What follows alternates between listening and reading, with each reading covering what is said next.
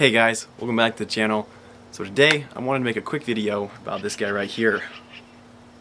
I've been using this Nokia flip phone for a month now, and it's actually gone by a lot faster than I thought it would, but I thought I would give you guys a quick update and talk about my experiences. So here it is.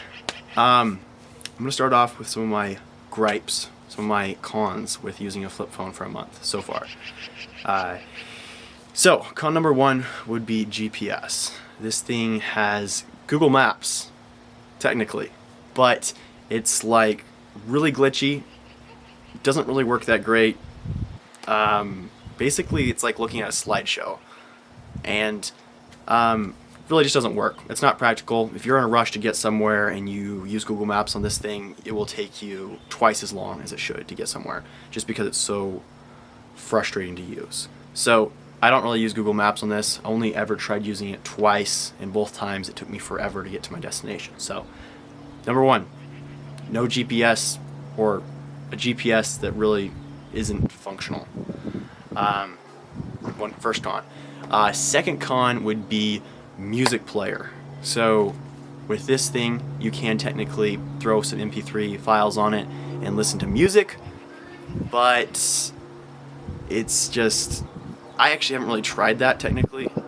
I have listened to stuff off YouTube through the headphone jack on this, because it does have a headphone jack, and the headphone jack isn't that high quality from what I can tell, and also it's just not that practical. So instead of using this, I just use my iPods because it's a lot easier user interface or whatever. So I use my iPods for music and podcasts, and that's how I got around that second con. The third con would be lack of hotspot. I don't have a hotspot. Before, with my iPhone 14 that I was using, I had unlimited hotspot, I believe, and that was super convenient because I could upload YouTube videos, I could do computer work, and now I have no hotspot with this thing, and so I'm constantly borrowing my family members' phones to use their hotspot because we don't have Wi-Fi here at the house anymore. And that's been a pain, to say the least. My siblings definitely don't like that I've been borrowing their phones to use as a hotspot. So, and how I'm getting around that, there's actually this program that the library has for people that don't have Wi-Fi. They can use the library's hotspots for free. So the library pays like for 60 something of these like Verizon hotspots, and you can use them for free for like a month at a time, and then you just place another hold, and once you get it, you can use it for another month. So that's what I'm going to be using. I'm just going to be using the library's free hotspot program. I'm not sure if that's available to everybody around the country, but it's available where I'm at, so that's how I'm getting around that con. And I guess the fourth con, we're on the third or fourth con. I think we're on the fourth con. Probably be just the lack of a good camera. Like this camera sucks, and there's really no way to get around it. It just sucks.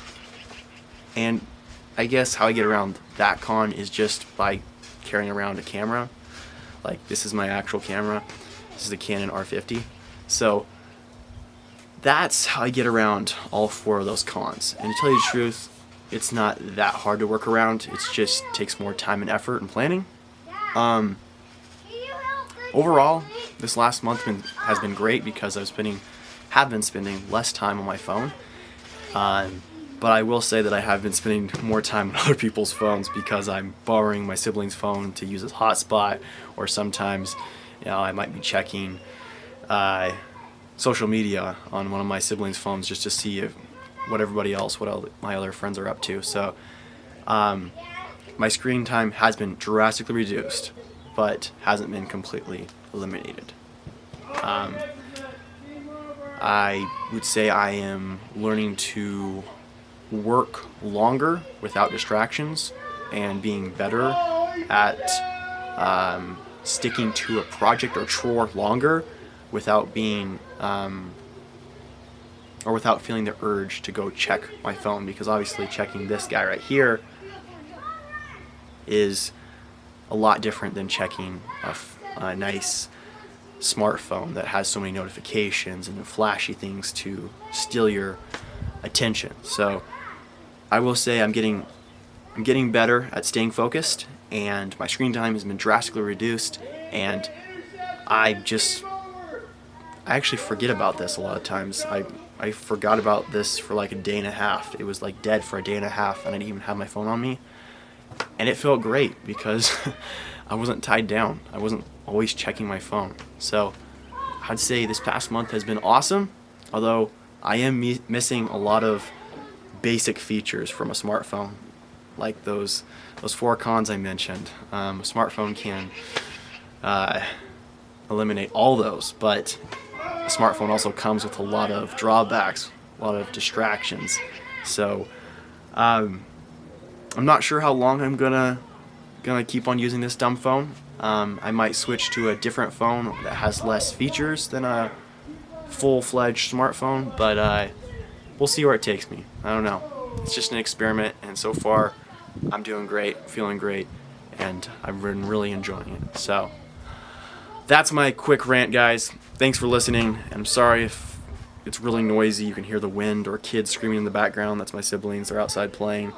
But yeah, I really appreciate you guys watching this video. If you wouldn't mind, leave a like, maybe subscribe. Yeah, I really appreciate you guys watching these videos, and I hope you have a great night. Take care.